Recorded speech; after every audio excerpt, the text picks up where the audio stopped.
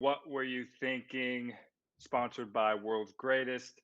We're back. We're your host, two-time U.S. Olympian Devon Allen, and co-host tonight Brandon Miller, American collegiate record holder in the 800 meters indoors and All-American currently at Texas A&M.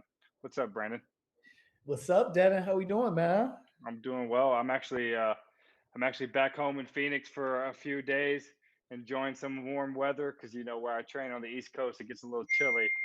Really, really. I was just in Tempe, Arizona, at Arizona State this past weekend doing a Oh, for the you were at the Sun Devil? yeah, yes, sir, yes, Ah, sir. dang, I didn't get to go because we actually had a high school track meet at the high school I went to, and we had that meet all pretty much all day Friday, and then Saturday I went to go hang out with my family a bit. So, but I I feel saw it was you. a pretty good meet. I saw that Fred Curley ran. Did you end Yeah, up running that week? yeah. I was a part of the 4x4. We went 3:01:5. So a really good start to the season. Yeah, I know. So really good start to the season. And So we're gonna try to you're part of that 4x4 on social media. We was talking about why they running so fast so early. I saw that. I saw that too. And I Yeah, saw Fred Fred come Curley back had with you some guys' comments back. He's like, too. you're not going to show up and run slow, which is Yeah, fair. that's the Hey, thing. I'm with it. I'm with it. If you're going to show up, you may as well go. Yeah, I'm might all as about well. that. That's what Coach Henry was saying. So, hey, we had to do it. So what's your season looking like? Do you still have outdoor eligibility? Getting ready for outdoors, obviously, with a fast 4x4 leg. I'm sure that college schedule gets a little bit busy around this time of year. Oh yeah, yeah, What do you got coming up? for sure. So we have the Texas relays coming up this upcoming week, actually. And then we have a dual meet with Texas. A&M and Texas, that rivalry. Then we're gonna be home, and we travel to LSU. We travel to Baylor this year, and again, just taking it week by week into SECs, West Regionals, and the Nationals. So Perfect. yeah, I'm excited. Sounds like a pretty good schedule. So, for the fans that haven't been on the show yet, Brandon has co-hosted a few shows. I've co-hosted a few shows. Pretty much this show, what we think is about just bringing Olympic sports together and kind of just talking about the sport through the eyes of the athletes that compete in it.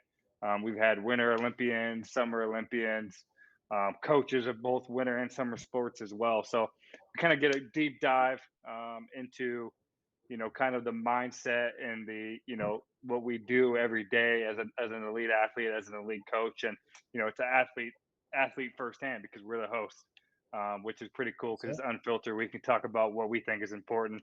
We can pretty much ask any question we want because we're in charge. So today on the show we have two legendary coaches.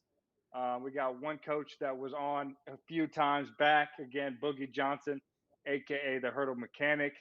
And then we have another coach new to the show, Daryl Woodson, also known as D2 on the track circuit. So if you're a pro track athlete and you heard D2, you know who we're talking about. So we're going to have them on in just a bit, probably here in the next 5 or 10 minutes or so. But yeah, I just wanted to, get a quick update of Brandon's, schedule and season. I know it gets busy for a collegiate athlete. It's a little bit different, compared to how a pro athlete would set their season up. Right. Although, we both try to race, and especially with, NCAA's for you, and then for me, USA Championships so close together in June. Mm. I would assume that our season is going to look pretty similar here. Yeah. Starting up, I would expect to open up in the next 4 to 6 weeks as well. I'm not exactly sure when. I just got to chat with my coach. Yep. But yeah, so what'd you think about the indoor championships this The World last Championships or weekend? Yeah, NCAA? indoor world championships. Yeah, yeah. It was very, very entertaining. I will say that. Just watching anything from the women's 1500, watching the Ethiopians, man, they were just so Yeah, incredible to watch. dominant 1, 2, 3, right? Yeah, yeah, my Yeah, goodness. Watching the 60, there was a lot of hype around that, with Christian Coleman coming back and Marvin Bracey doing his thing. And of course, I watched the 800 as well. So it was funny because I had to, for the men's prelims, I had to wake up at 5 o'clock in the morning to watch it yeah, just because same. of the time change and things like that. So again, it kind of just reminded me of the Olympics. Just watching all these great athletes come together and compete with something really special. So Oh, for sure. It's such a high level. And you know what? I just kind of skipped right over NCAA's because you haven't been on the show since yeah, then, right?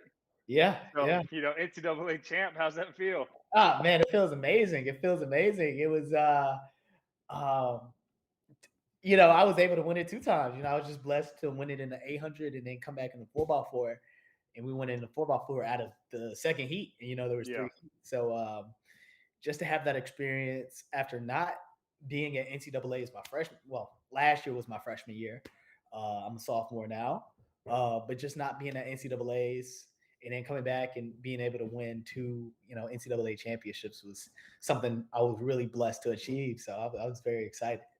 That's awesome. Yeah, and the first one's always the toughest. Once you got one, Yeah. the next few are going to be probably happening here soon. And somebody just commented in the chat, "Watch out for B and Worlds." I agree with that. Oh, yes, Hey, sir.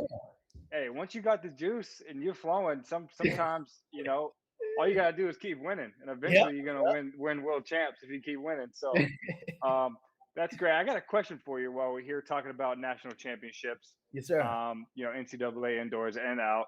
Um, at Oregon, we have a couple of not superstitions, but a couple of things you get to do if you're a national champion. And one of the rules at the track, and it doesn't get sunny that often, it does like in May and June and July, Uh-huh. is if you win a national title, you're allowed to train with your shirt off, right? So if Okay. you don't win a title, your shirt's on at all times. Really?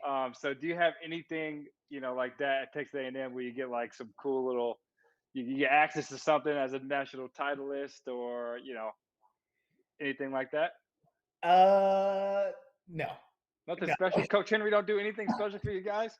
He gives you a ring and that's it.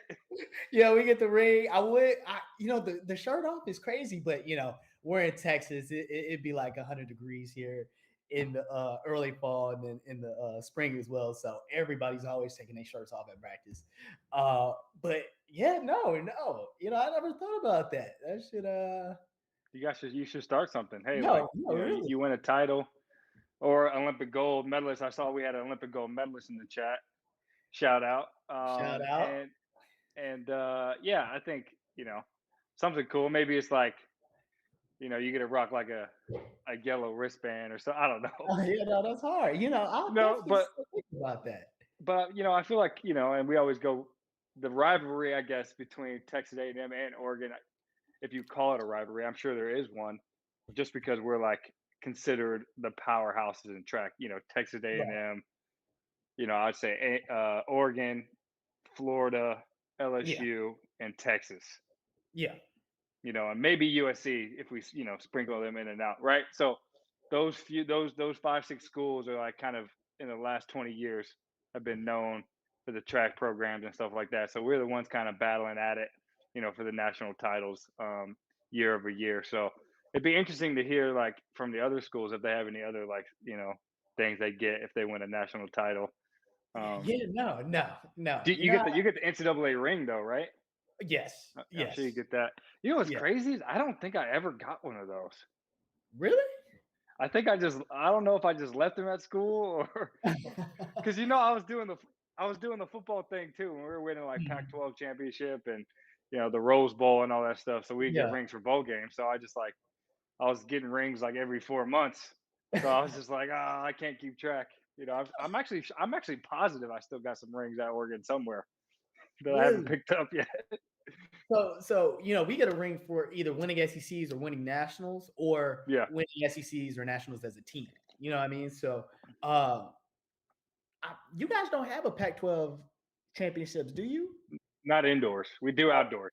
Okay. Yeah, it's just because some of the teams, it's hard, right? Like U of A and ASU, they run indoors, but Amber Alert, Yep.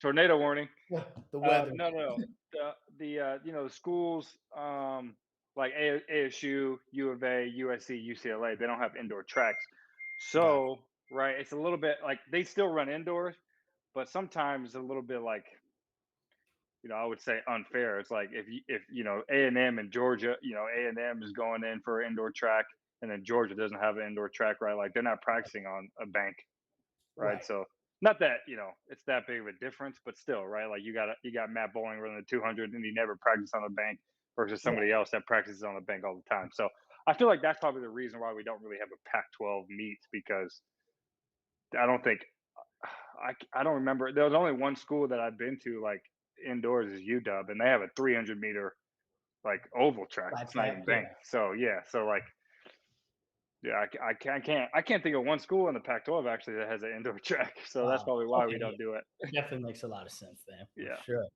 So for sure. Let's go ahead and bring the guest on. Yeah. So producer Bob, he's been on the show for the last couple of shows. Now he's back behind scenes, behind the screen, pulling up the tweets, getting the guests coming back in, and we're gonna get Boogie Johnson at D2 into the fold for the rest of the show, because I know we're gonna talk about a lot, so we don't want to have him get kicked out too early. Boogie, what's up? Hey, what up? What's up, guys? What's happening? What's going on? How about yourself? Hey, man, listen, I was sitting here listening as you guys were chatting, and all this blasphemy coming out of your mouth talking about teams, and you didn't mention the Razorbacks, and you guys know better than that. Rays don't start off on the wrong foot and not mention these. I will say, don't start off. It seems like you know why I didn't say I'm watching both of you guys. I will say I'm watching both of you guys, and don't start off on the wrong foot with this blasphemy out of your mouth and not mention these hogs, okay? Yeah, Let's just get that together. To be honest, Arkansas does have the most national titles in general. Okay, yeah, say that then. Say that then. Say that then. Say that then. Okay? But go Ducks, baby. I ain't mad at you for that. I ain't mad at you, man. Hey, congratulations, young brother, on the capturing the 800-meter indoor national championship. Thank you, sir. Fantastic run. You're a fierce competitor, brother, man. I enjoy watching the rounds. I enjoy watching the tactics as you kind of went through the rounds and everything you brought to the table in the 4x4, man. So first and foremost, congratulations, man. Fantastic run, brother. Thank you, sir. I appreciate that. It means a lot. It means a lot. Yeah, man, 100%. I appreciate that. No, what's interesting about Brandon too, and Boogie, if you got a 301 track team with an 800-meter guy on it, I mean, he's running 44, maybe 43. Yeah, no. There ain't no question about that. So Brandon has the speed.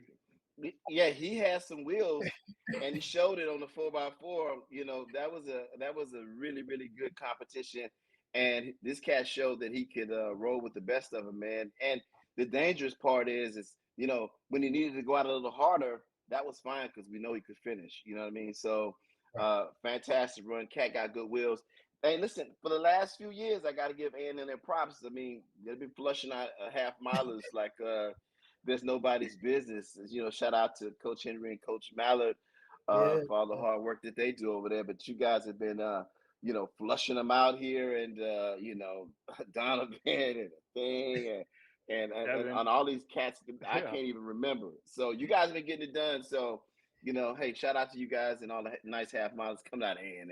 Appreciate y'all, man. Thank you. It was funny because no doubt, brother. When we just ran the 301, Coach Henry came up to me. He was like, Brandon, I want you to start first leg. I was like, oh, okay. All right. And it's funny because I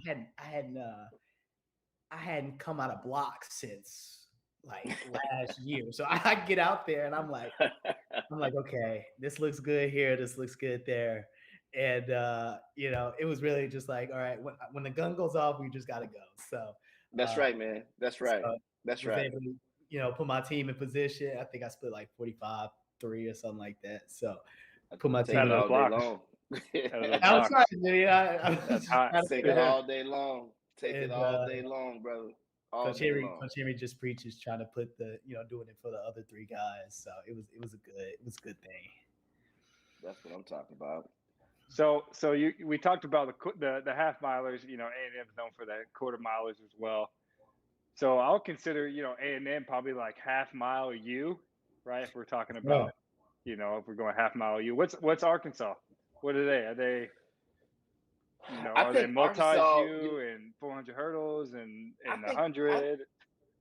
I think as it stands, the team has kind of changed since Coach Buckman has kind of taken over from Coach Mack. Although there's some similarities as it relates to being heavy on the distance and having quality jumpers.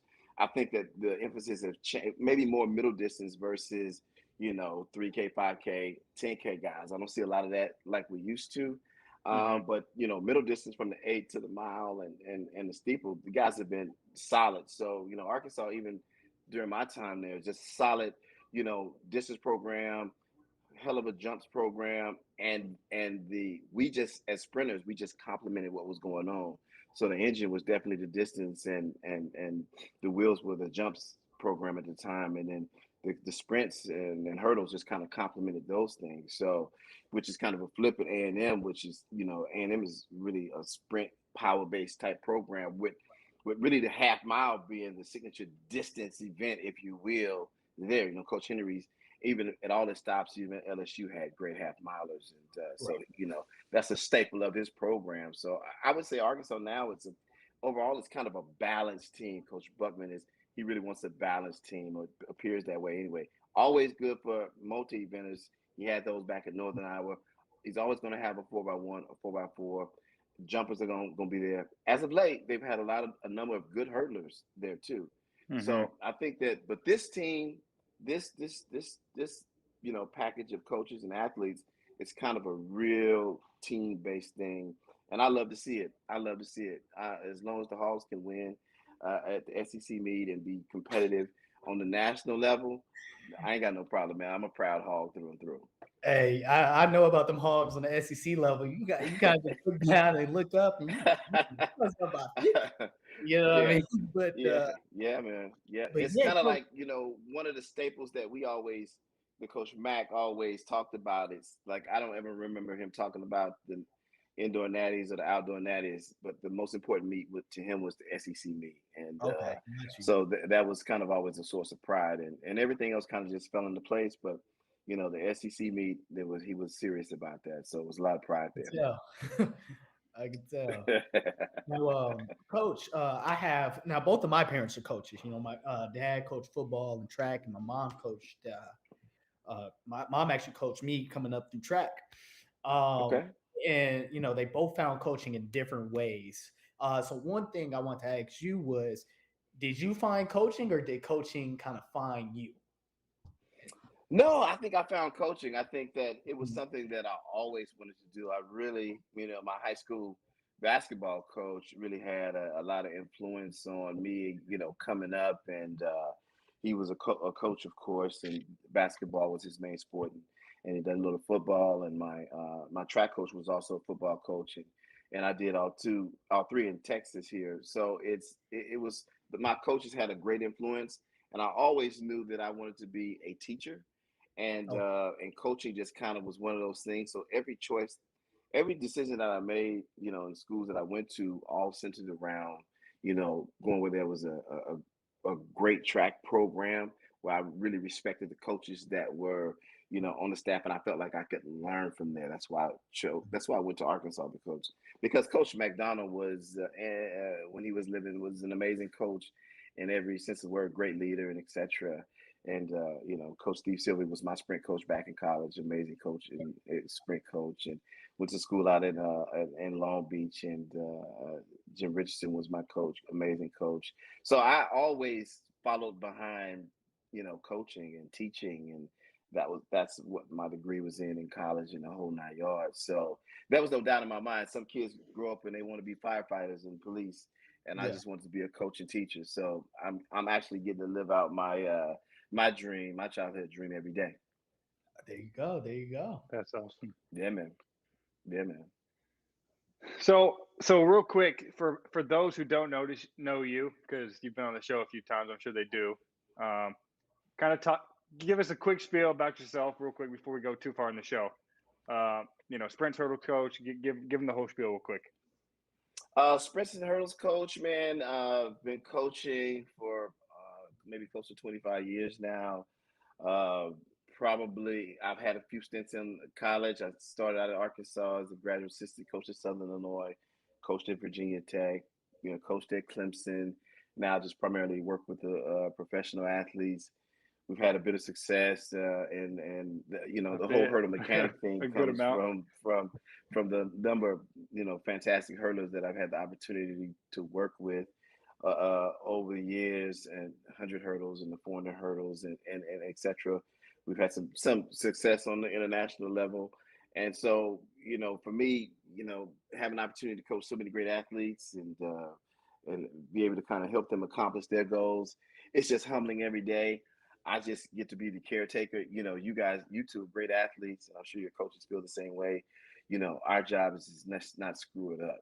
Take your talent and help just guide you down the road and not screw it up and just kind of be that voice that helps you get to where you're going, because the talent is yours.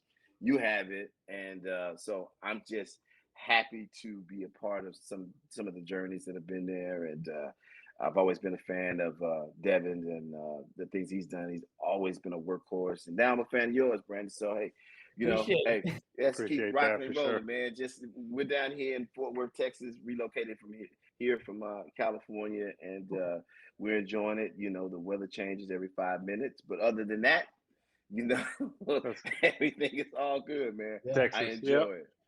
That's right. I enjoy it. So it's funny you say that, about the athletes thing. Jamie Cook, my coach, he's the head coach of the Naval Academy. Yeah. He did an interview when I was in college. I trained with Jonathan Cabral, who was 6th place at the Olympics, Canadian hurdler from California, actually. Whole bunch of, Arcadia and California State, champs and stuff like that. And somebody asked him, like, oh, how do you, coach these great hurdlers and stuff like that? He's like, oh, I recruit good hurdlers. It's like you said, like, and that's the thing too, Brandon, Coach Henry and all your coaches are great. But, you're the guy with the talent, and, a lot of the athletes, have to take it upon themselves, especially at this level, at my level as a professional. I gotta, take it professionally, take, treat it like a job, get my sleep, get my rest, focus on training. Me and my coach talk about the program at the beginning of the year, and then we adjust it as the year goes on. And, he's the sounding board. He's telling me what he thinks I should do. And to be honest, everything he said has never steered me wrong. So I just do whatever he says. I was joking. I was joking about joking to his son, who's 16, and he Jamie coaches his son a little bit in all sports, baseball, basketball, whatever. I was like, Calvin, when has your dad told you wrong? He's like, if your dad told me to run 10 miles right now, I'd be like, oh, I don't want to, but hey, it probably worked. So, and that's the thing about having a great coach and having a lot of, trust in the program and everything like that. So kudos to you, because I know the athletes you train with and how long they've been working with you and how well they've done, just in general, and how well they've done for a long period of time, right? Not just one and done, 1 year or 2 years, like 8 to 12, right? So that's, that's partly because your process and how you treat everything as well as a coach, and trying to learn and talking to other coaches, learning new stuff to bring to the training program and all that stuff as well. So kudos to you for that. And another question. Thanks, before we get, appreciate that. Another question, because we were talking about athletes, and you don't have, you can leave it outside of your training group to make it politically correct. But who is your favorite athlete in athletics? It could even be growing up. It could even be growing up when you were running. Because I'm going to ask Brandon. I'll give you two. I'll give you my favorite when I was growing up and running, and I'll give you my favorite now.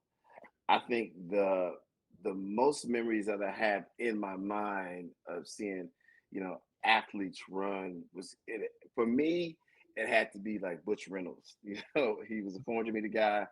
I ran the 400, and Butch was in along the same era as Michael Johnson, but I think he was a little older. But Butch Reynolds was the man to me in 400. I really admired Quincy Watts too, because Quincy was kind of one of those young guns that was hungry at the time. I think nowadays I really enjoy watching Shelly Ann Fraser Price. She's one of my favorite athletes to watch, and I really love. And I'll just give an event, and I really, for whatever reason, I love watching the women's hammer. That's one of my other favorite events too. So, so when I'm not, I never miss the hammer, and I never miss the women's shot. If I'm at the meet, if I have opportunity to sit down and watch, I don't miss those things. So those are kind of my favorite areas. Okay, that's a good answer. And while you're talking, so Butch, so you 400 meter guys, pretty much your favorite athletes, which is fair because that's the event you did. D2's in the house. What's up, D2? Can you hear us? Daryl Woodson. Daryl Woodson. We're looking at the top of your dome, brother. And you don't have to do face recognition either. I can see you. Back up. All right. Well, while we're waiting for D2 to figure his mic out, Brandon, who's your favorite athlete in track? In track, ooh, shit, that's a tough question. I grew up watching.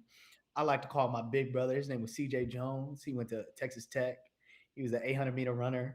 And I grew up watching. Well, I'm not gonna say grew up watching, but as I got into like high school and stuff, I was watching guys like Donovan, like Clayton, and athletes like that, kind of just like trying to perfect my craft while watching them. So a lot of them are, I look up to, but now it's getting to a point where it's kind of just like you look up to them, you used to, but now it's like you're starting to compete against them a little bit. So I definitely think CJ Jones is somebody I always looked up to growing up throughout the years. Can you hear her now? Yes, I can hear everything. Yep. D2, we can hear you. Say what's up. I'm not hearing you guys. They can't hear. It sounds They pretty can't hear you. No, I can hear you now. I can hear you. Can you guys hear me?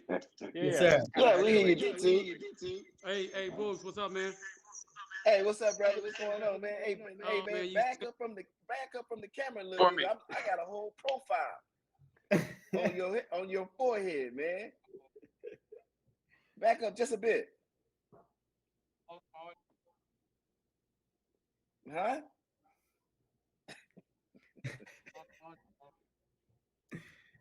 That's Hey, the Boogie, phones right there. Hey, Man. Boogie, you got to get with D2 and help him with the iPhone.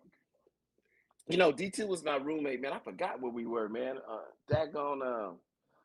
He was my roommate in maybe Moscow, or I think it was Moscow somewhere, man. And I'm just telling you, man, D2 is probably one of the funniest dudes that you'll ever run into.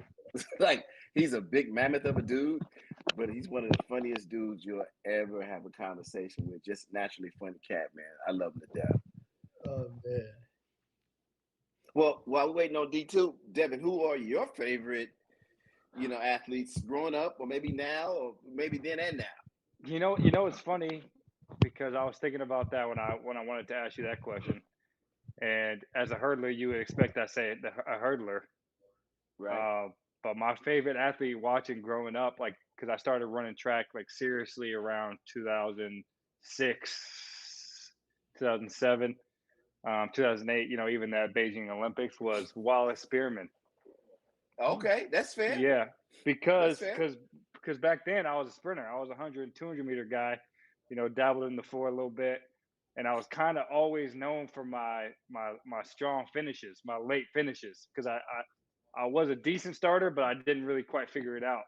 So I'd catch everybody in the last 20 meters, like how Wallace Spearman ran. So I was, that's my guy. Fair. That's my guy. I love it all day. That's fair. D2, can you hear us, brother? Yeah, I can hear you better now. I just keep losing audio. This Wi-Fi is going in and out on my end, so I apologize. Brandon and Devon, thanks for having me on, and sorry I missed a lot of the segment stuff. So maybe you can catch me up to speed, or go ahead and I just dive into whatever questions you have. Yeah. We were just chatting with Boogie. Real quick, we do a little thing, where we introduce the guests we have on in 60 seconds. So quick, tell the world about yourself in 60 seconds. Not a whole lot to tell, so it might last for only 6 seconds, but I'll try to stretch it out with as much fabrication as I can. But I get an opportunity to work with people like Boogie Johnson day in and day out for many years. We've grown to be real good friends on the circuit. Obviously, watching Brandon, congratulations to all the accolades you have. What's his name, Devon? You know, I'm crazy about you. We actually shared a track a couple years ago, if you remember. Yes, sir. So that being said, I've had the opportunity to work with a lot of the great athletes. Looking forward to having a great year with everyone, despite all the unprecedented circumstances. But I think we'll pull together, and hopefully I can make an impact as well. So some of the great athletes that D2 has worked with over the years, Bianca Knight, Natasha Hastings, Michael Tinsley, and those are just a few that I can name off the top of my head. But you know, he's had some. Mike Rogers. How could I forget Mike Rogers? And oh man, yeah, like Father Time, and he's still rocking and rolling. So D2 is down there. He's based over in Austin, Texas, where he's been for a number of years now. And I tell you what, he's been spitting them out for the last 20 years or so. I hate to date you like that, but he's a phenomenal coach, a phenomenal dude, great leader.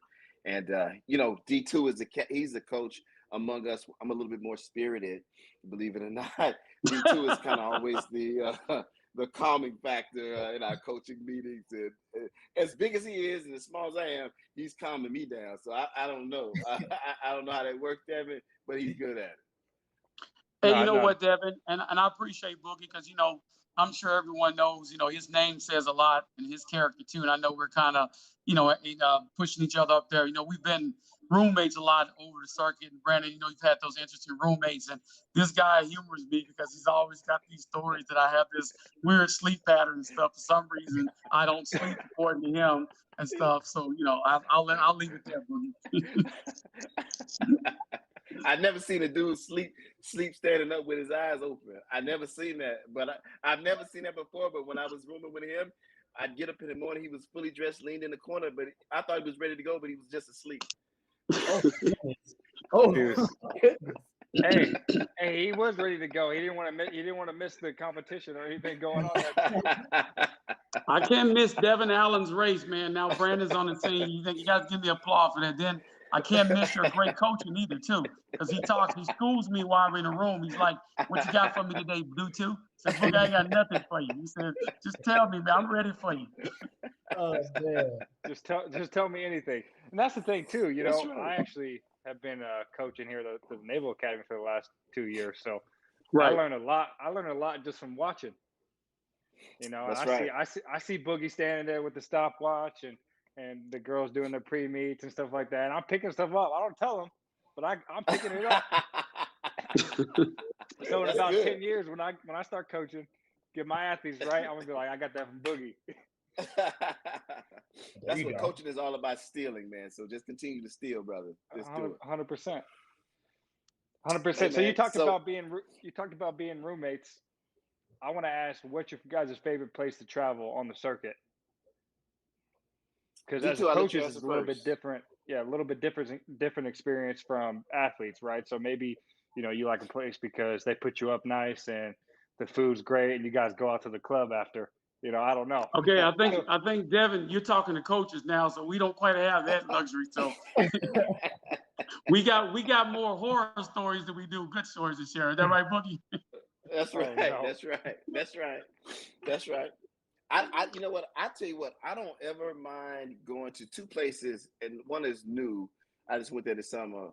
Padua in Italy was a real cool vibe. We were there for like a couple of weeks training, and then we raced there.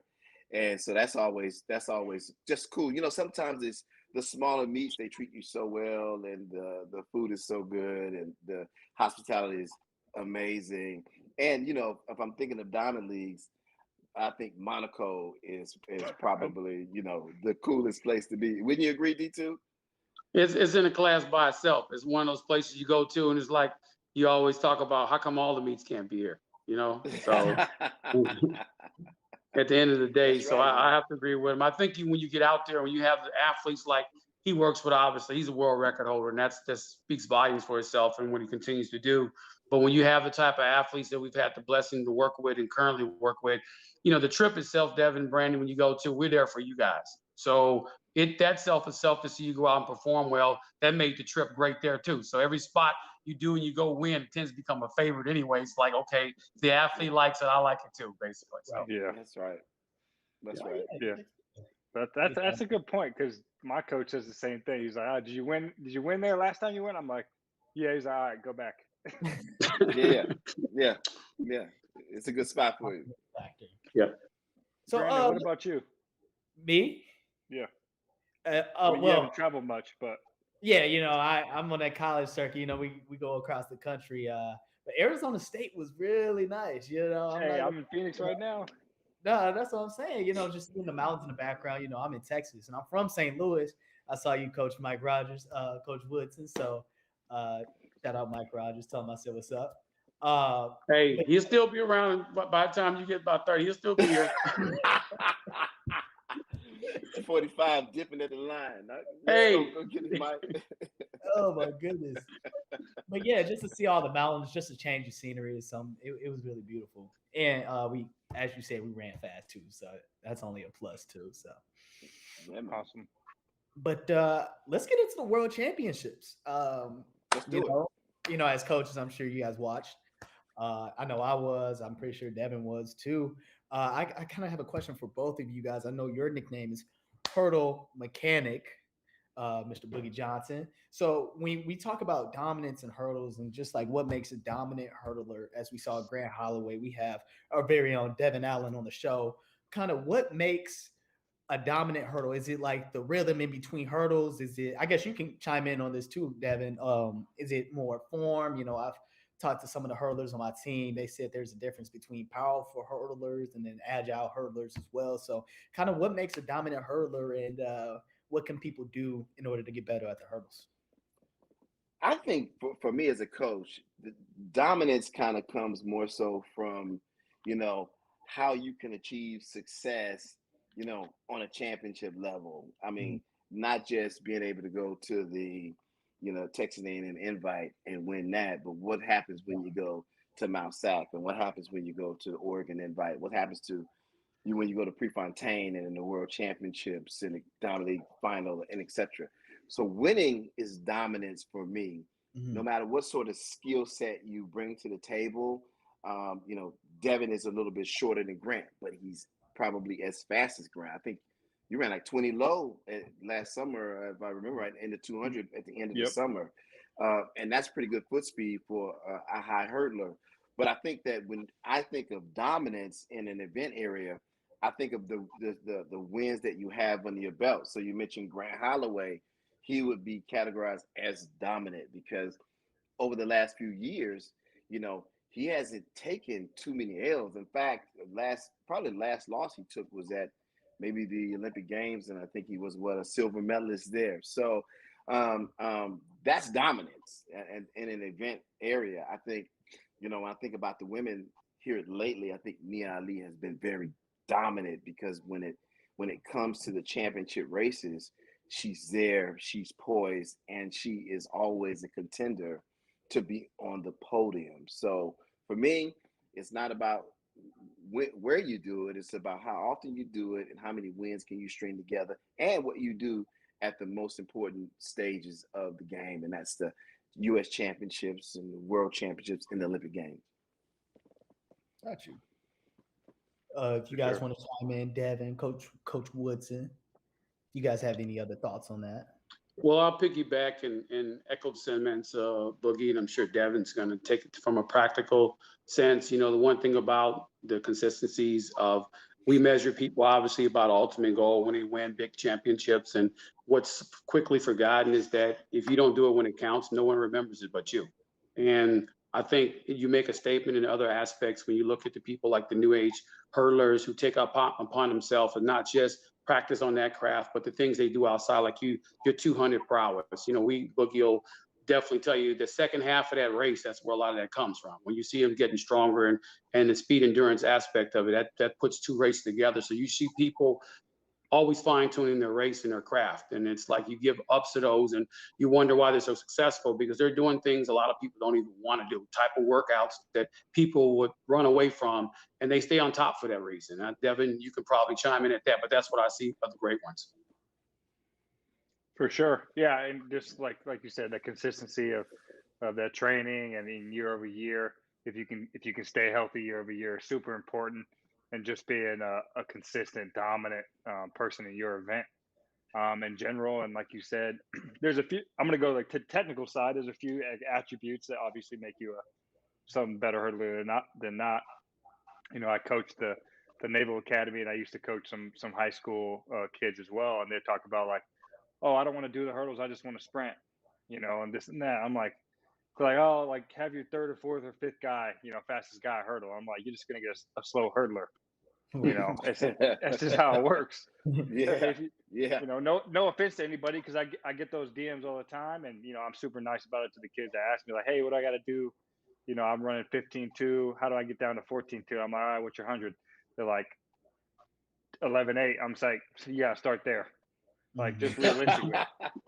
No, because I mean, I don't know if that's specific to the time, but 15.2 with an 11.8 is pretty good. Yeah. To be honest.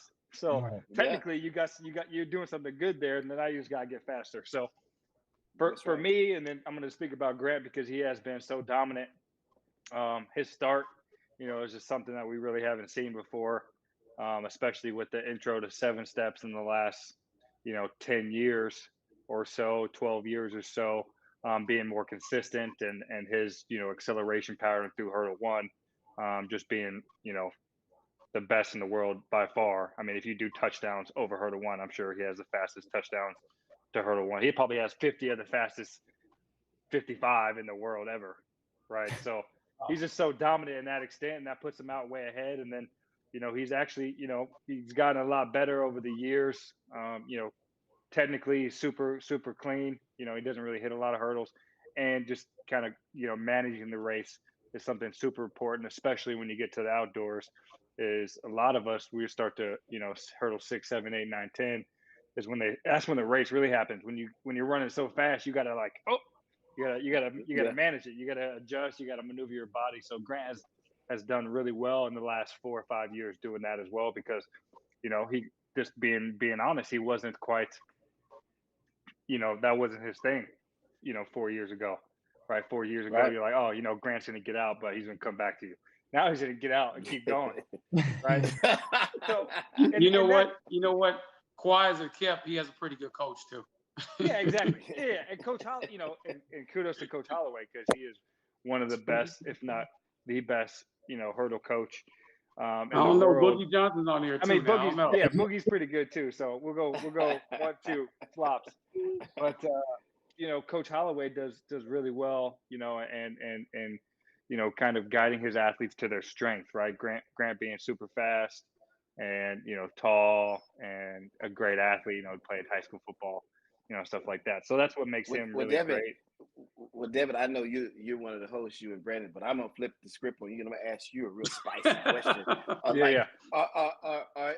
you ready? Are you guys, as not just you, the fellow American hurdlers, but you know, internationally, when you talk to those guys, are you guys just running for second at this point? Have you guys conceded that like this guy is light years better than us? Because I've heard and you know, I've heard some athletes talk, even when, you know, a thing runs these days, you know, you can kind of look at the line and see, you know, those other ladies looking at one another and like, okay, I guess who's going to be second today? Who's going to be third today? Because we can't do nothing with it. And it seems like that Grant has reached that level of like, when he pulls up to the track, you know, are you guys thinking to yourselves, with this guy, it's going to be a tough out today with this cat. If I can beat, you know, this other guy, then I'm good. Has it gotten to that level yet? Or are you guys still, you know, ready to mix this thing up and get a little bit spicier with it? Because I think that it's at one point, I remember when you were that guy, you was hard to beat. You were that guy at one point, and I'm still hard to beat. Guy. Yeah. So I'm just wondering. I just wondering, are you guys laid it down? I mean, what are we doing here? So I'm not gonna. Yeah, no, that's a good question. So I mean, I'm just gonna be honest. Realistically, indoors until I'm running 130 touchdowns, 140 I mean 230, 240 touchdowns to one. Which is possible. I'm not putting it out outside my realm of capability. I just gotta figure it out. Then it's not gonna be it's gonna be tough to beat them indoors, right? So, but outdoors, I think it still is definitely that's a whole different animal in terms of the race and the attributes and qualities needed. But it's not going to be easy, right? Like, if you're just being realistic, you got to be on and you got to be almost perfect. That's just how it's going to go, right? Grant's already ran 1281. Yeah. To run 12.9, you got to be almost. I'm sorry. To run 12.9, you got to be almost perfect, right? Like to break Right. 13. So, and I'm not sure. I'm sure some people have thrown the hat in, right? Like, maybe they just don't got it. But for me, I know I have the capability just based on some of my training, some of the things I'm trying to figure out this year. Moving from 8 steps to 7 steps, trying to make that work just so I can accelerate through 3 better. Because shoot, if I can be within a meter or 2 of Grant in the first 3, then I got a real shot for sure. And then on top of, like you said, like that foot speed's probably the second most important after the technical aspect of hurdling. And my goal this year is to go under 10. Be the second hurdler in history to go under 13 and under 10. And I have the capability, I have the talent. I don't run a lot of hundreds, but I haven't run slower than 10:30 in like I don't know since 2016. So in 6 years, So yeah, when as I'm watching these championships, the indoor championships, I've never seen a group of guys more happy to be second and third in my entire 100%. coaching career. Like ecstatic about it. And that, like, if I'm coaching these guys, I'm like, what the hell is wrong with you? I mean, there's only one gold medal, and you guys are high-fiving because you got a silver and a bronze, and you just let this guy just rolled on you. He just rolled on you. How could you crack a smile in that moment? It's one thing if you like the mid 60. That was that came down to the I don't know whatever. That was a hell of a race. That was a hell of even for third place with Marvin at 644. That was a hell of a race. But I just noticed in the men's highs, no knock on Jerry because that's my man, and Pascal either. But I've never seen a group of guys so happy to be second and third, and the guy walks away from you in the race. So to me, I'm like, has this guy reached the status of like, I can't deal with this cat, man. I can't deal with him, so I'm just going to concede and resign to the fact that I'm going to be a silver or a bronze medalist or whatever. You know what I mean? Yeah. I mean, certainly like I said, certainly indoors right now. He has I think 20 races under 740, and 60 races undefeated. And there's only been like 5 people that have run under 740. 52. I think he's at like exactly 52 or 53 right now, something crazy. So that's just, I mean, I'm just being realistic. I think I can get there, but until I get those touchdowns. Okay, how about outdoors? Like hey D2, I want to know about outdoors. I want to know what Devon Allen got in the bag. I'm feeling good. And Devon, I think Boogie's just basically saying to you, you got to say it now, man. You can't even tell me what you're gonna do it now. You can do this right 100%. Now. I mean, hey, I'll just tell you this. I did a 12 hurdle workout on Wednesday last week, my last time I hurdled, and I ran the fastest touchdowns I've ever run. My first 12 hurdle workout of the year. That's what I'm talking about. My first workout. Hey, man, so that's what I'm talking about. If I can get that, that 7-step, 8-step thing is kind of like, in the head, the wiring is still mixed up for me. I know I'm fast enough and strong enough to make it work. So once I figure it out, I'm gonna be good. I'm gonna be popping something off. And Brandon, I ain't letting you off the hook. What you gonna do with Brazier and Hyper? What you gonna do with them? What you gonna do with them? What you gonna do? They out there. And Isaiah, he ran a hell of a 4x4 leg. Never seen a kid run so courageous in my entire life. He put that USA jersey on, and this sucker limped 180 meters to hand the stick off to his teammate. That's heart. That's guts. That cat is a straight Penn State Nittany Lion. And I love to see it, man. Hey, but you got your hands full, young guy. What you gonna do with these cats? Donovan Brazier is coming off an injury. He looks poised. He looks hungry. What you gonna do with him? I think the question is what they're gonna do with me. That's what I'm talking about, B. Miller. That's what I'm talking about, B. Miller. That's what I'm talking about. They're great. They're great. But as I said, man, I'm coming for it all. But I've been watching them. I got the utmost respect for all of them. But as they would say, when it steps in between the lines, man, it's all business. You know what I mean? I like this young guy, me too. But this young guy. But see, this is what Boogie's trying to say in general, Devin and Brandon. Where the hype at, man? This is how we fire the sport up. This sport, they always say the sport has a lot of staleness to it because we don't talk. It's not just trash talking, it's being confident, Yeah. No, 100%. I mean, shoot, I don't know when I'm opening up, but they got to see you, right? They got to see you. It might be the earliest under 13 in history. So that's what I'm talking about. There you go, D. I'm trying to hear, man. Look, it's so many times, as track coaches and athletes, we can be politically correct and say all the right things and then go back to practice and don't mean none of it, right? So, for me, I can guarantee you, beyond a shadow of a doubt, Christian Coleman probably got off the plane today and went right to practice. Like, this kid's head is fuming and he's about to explode that he let the Jacobs kid, who ran a hell of a race, beat him by any means. Like, I can tell you beyond a shadow of a doubt, this kid is super ticked off, about taking that L. And to this cat, and he knows he's the best. And Jacob says, no, I'm the best. And I guarantee you, he off the plane and he training. He didn't even think about nothing else right now other than getting down and training. And I think these indoor championships, showed us a lot. I mean, because, you take the kid from Ashland who got a silver medal in the Trevor who got a silver medal in the 400. Gutsy run for this kid. I think he's still in college, I think they said. I know he's an intermediate hurdler too.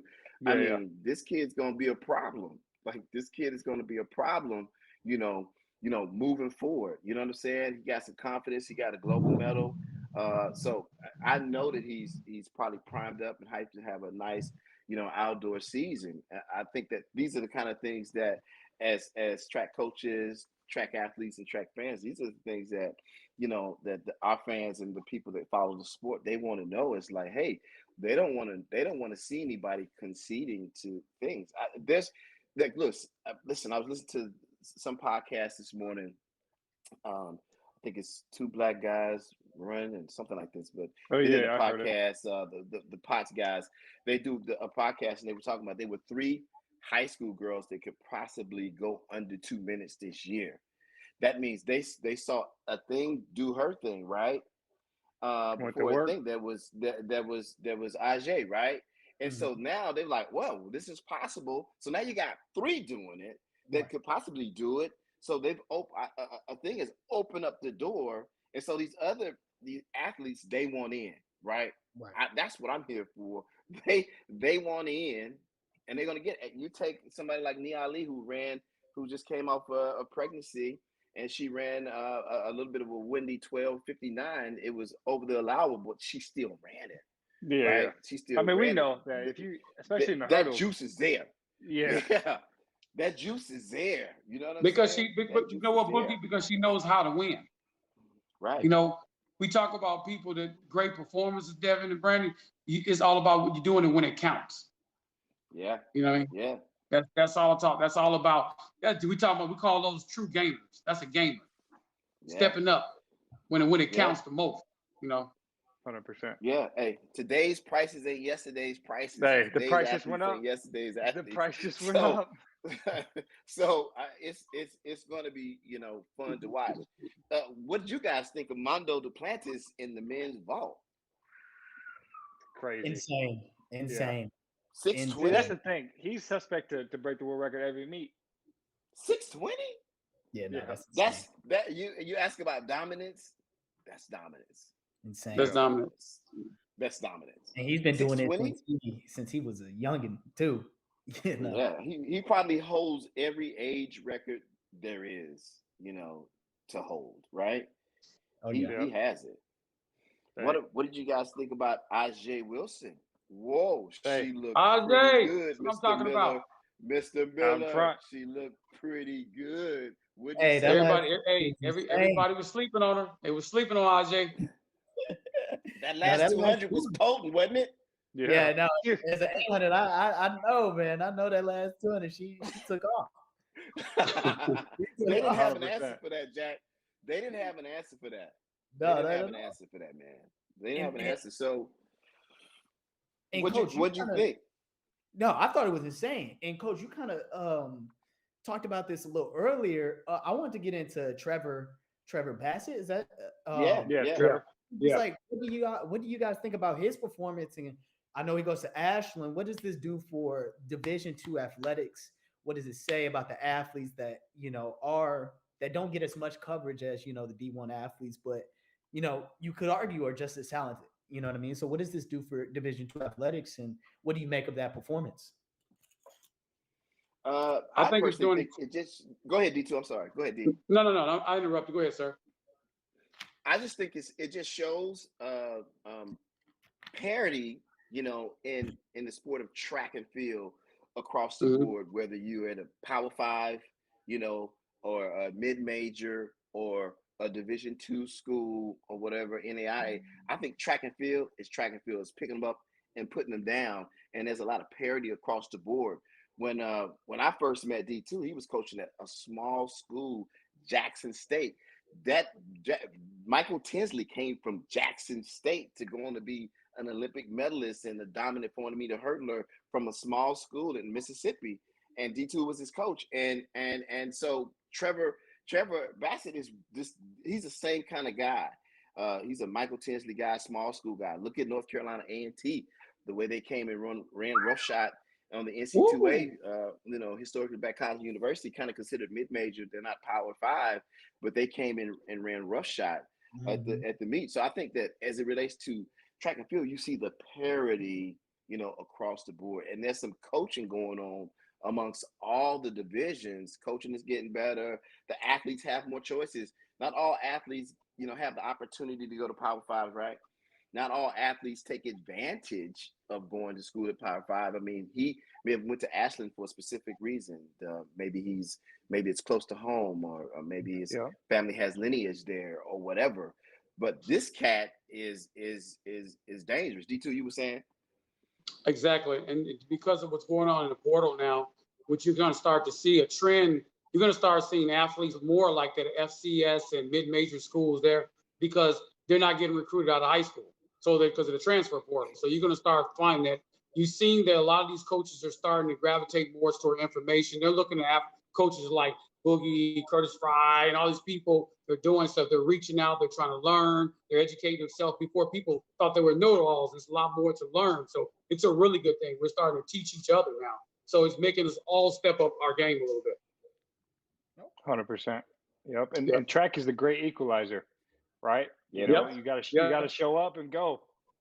Everybody's on the same line, and don't matter where you're from. If you're running something hot, you're the guy. And I tell that to my athletes all the time.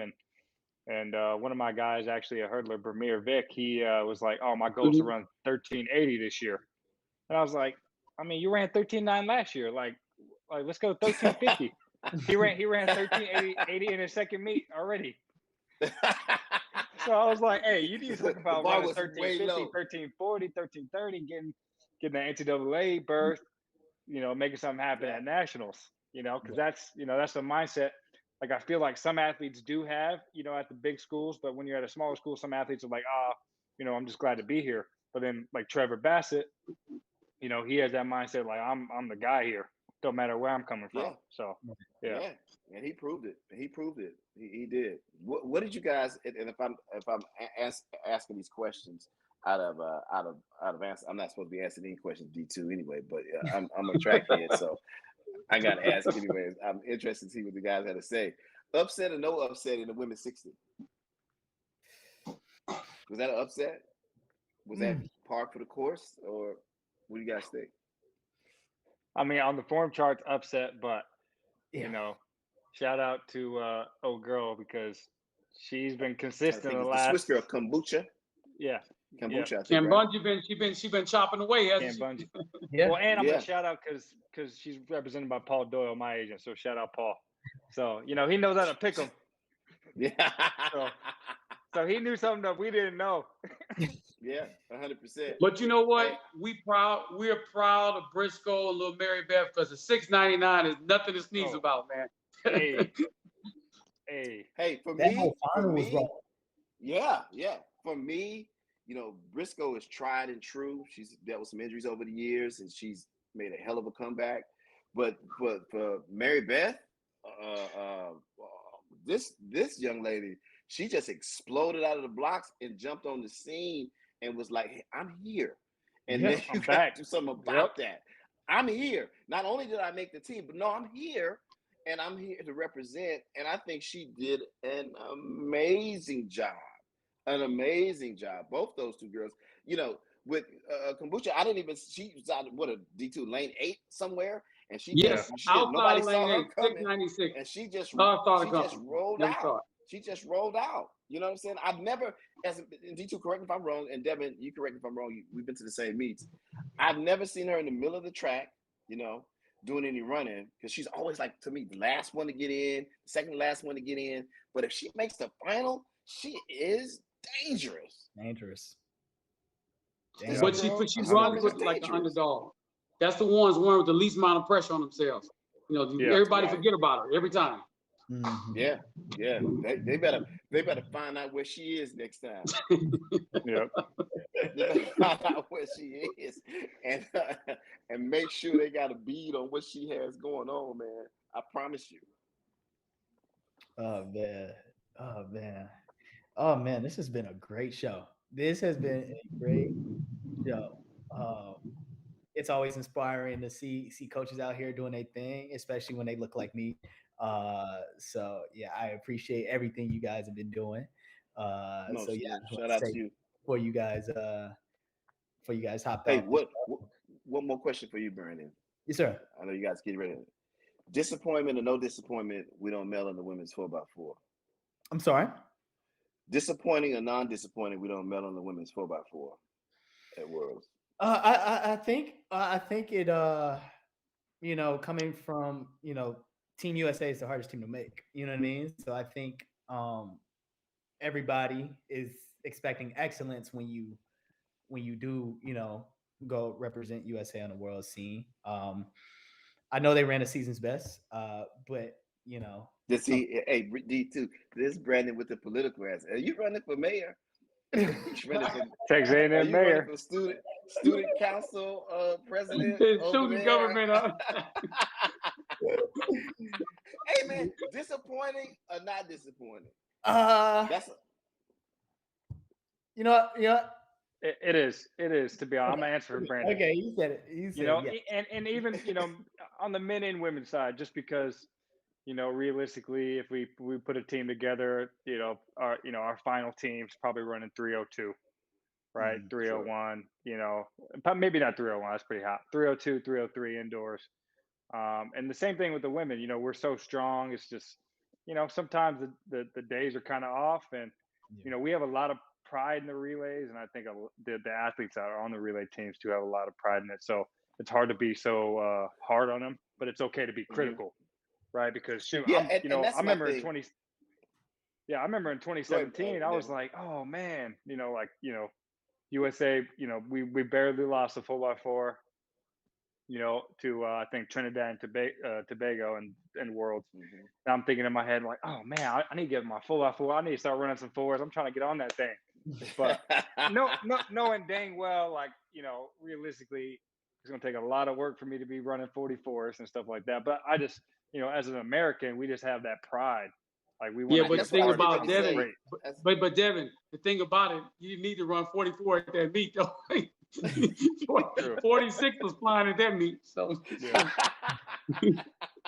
Hey, but the thing is this, and I'm not being critical of any of those women that was on the 4x4. I just raised the question to raise a bigger question, is that as proud as we are as Americans that do track Standards. and field and our country, we have set our standard, so high to say, hey, listen, we don't care if Poland, that's your A team, Jamaica, that's your A team, which I'm not sure that it was in this case, but I'm just saying if it was, we expect for our Z team to be able to come home with the gold medal. That's kind of where the athletes that have preceded all those athletes have set the bar. When we have an anticipation or a standard, that's a great way of saying it, D2, that we get the gold medal every time. Now, that may be unrealistic, but that's how we think as Americans, and everybody, turned the set off that night thinking like, damn, we didn't get a medal? Really? We didn't get a medal? Hey, yeah, but these other countries are fast. Right? Yeah, I mean, everybody's trying too, right? Yeah. But as all Americans, coaches, and athletes, you think, well, damn, we didn't get a medal? Really? And it's disappointing because we've set the bar so high. So, Brandon, you remember that when you start doing some of these things on an international level, and it's not a pressure thing, it's just understand when you step on this line and you have that USA cross your chest, there's a certain expectation for you to come out and be the best athlete that you've been all season. You don't have to do anything more than that. You have to, setting world records. But if you show up as Brandon Miller on that day and you do what Brandon Miller's done all season, then that's what we can accept because that's championship level running. Got you. Sure. Got you. Yes, sir. Yes, sir. Absolutely. Yes, sir. Well, we're running a little bit over time, and I don't want to keep you guys too long. We appreciate you guys for being on. We always end these interviews with a "What were you thinking?" question. I'm gonna let Brandon take over today, just because I don't got anything that comes to mind. So, Brandon, what do you got for the coaches? Okay, for Coach Boogie Johnson, what were you thinking when Delilah broke the world record? Damn, she screwed up hurdle 9. Hey, that's what coaches do. Could have been better. Damn, she screwed up hurdle 9. Why would you screw up hurdle 9?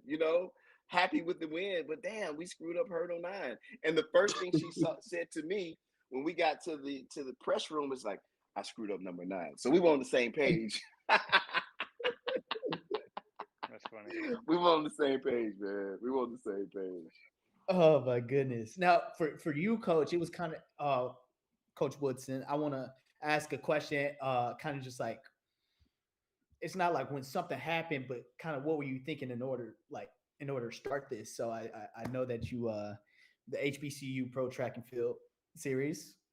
So what were you thinking when you decided to start this, and what are you hoping to achieve out of it and things like that? Create more opportunities. It wasn't to compete or anything, just kind of uplifting a different community and just seeing how much they can embrace themselves and opening up other opportunities for athletes, because sometimes it's limited in some aspects because, just for a lot of other reasons, I think we know, and you just see where it goes and hopefully it'll continue to grow itself and just open up awareness and stuff, and what stuff like what Dwayne Ross, is doing at A&T. That's stuff I applaud and just trying to emulate that. Got you. There we go. Yeah. There we go. So that's great. But I will say special thanks to my guest, Devon Allen, and to the host, Boogie Johnson, to Brandon. Hey, Boogie comes with the heat. Hey, man, listen. First of all, shout out to our national champion, our newly crowned indoor national champion. Yes, sir. Brandon Miller. Sir. Shout out to Mike Holloway and Edgy Florell, Nick Peterson, Pete Watson, National Coaches of the Year, University of Texas, University of Florida for the national championship. Shout out to Team USA, men and women, for bringing home the gold and lots of medals from this past indoor championship. Shout out USA Track and Field and Naval Academy. Shout out to Jamie and all the positive people who tuned in tonight, just from old Boogie Johnson. Shout out to you guys. That's a great way to wrap it up. Coaches, we're gonna let you go. We appreciate you being here. Hopefully to have you guys on again, and I know I'll see you guys for sure on the circuit. It's coming up quick. Yep. Hey, quick question for you young guys. Instagram Reel or TikTok? Instagram Reels. TikTok. TikTok. I'm with you, Brandon. Peace and love. All right, fellas. Peace. Big up. All right. Peace, guys. All right. Peace. There we go. That was great. Yeah, Boogie's a hoot. He always comes with the fire. Yeah. The fire questions. And to be honest, he's like that in the circuit too. He's always trying to start a little bit of that track drama. Talking about Devon, what you about to do today? Like, you got it. I'm like, yeah, coach, I got it. So that's great. Yeah, he was great. He was great. Both of them was great. But yeah, I'll let you wrap it up. Oh yeah. So Brandon, hey, thanks for being on the show again. I'm sure you're going to be on many more. This is great. This opportunity to have the athletes kind of take over and host, people that we want to talk to. We're pretty much picking the guest, right? So like, That's stuff right. that we're interested in, and it's great to pick the minds of two great coaches, coaches that have coached for a long time and have probably, paved the way and a lot of athletes like, Mike Rogers, like you said, Mike's still going, and Yeah. he's been with D2 for as long as I can remember. Mhm. So, that says a lot, because he has a long career. And all the athletes that Boogie coaches as well have been doing great. So I'm excited to see kind of how this year goes. And I know, you opened up your season pretty well with that 4x4, and I'm excited to kind of see something pop off hot. I know your season's coming up quick, so good luck Yes, with sir. that. Thank you, sir. Thank you, sir. And to all the fans, no, go ahead. Oh no, you got it. I was just Okay. about to. I think I No, was and about to all the fans, thanks for watching. You can follow us on Twitter at World's Greatest without the vowels, I believe. WRLDSGRTST. Yes, sir. There you go. Instagram, the World's Greatest Team. Shout out FanFest for giving us this platform that we can do live shows like this. And shout out to producer Bob in the background, getting the guests on the show and throwing up the tweets. And yeah, go ahead and click on these little buttons down here on the bottom of the screen. You can subscribe to the YouTube channel, World's Greatest. And that's about it. So catch you next time, same time, 6 p.m. Pacific, 9 p.m. Eastern on Thursday and Mondays, right? Yes, sir. Monday and Thursdays. Monday and Thursday. So peace, Brandon. Peace.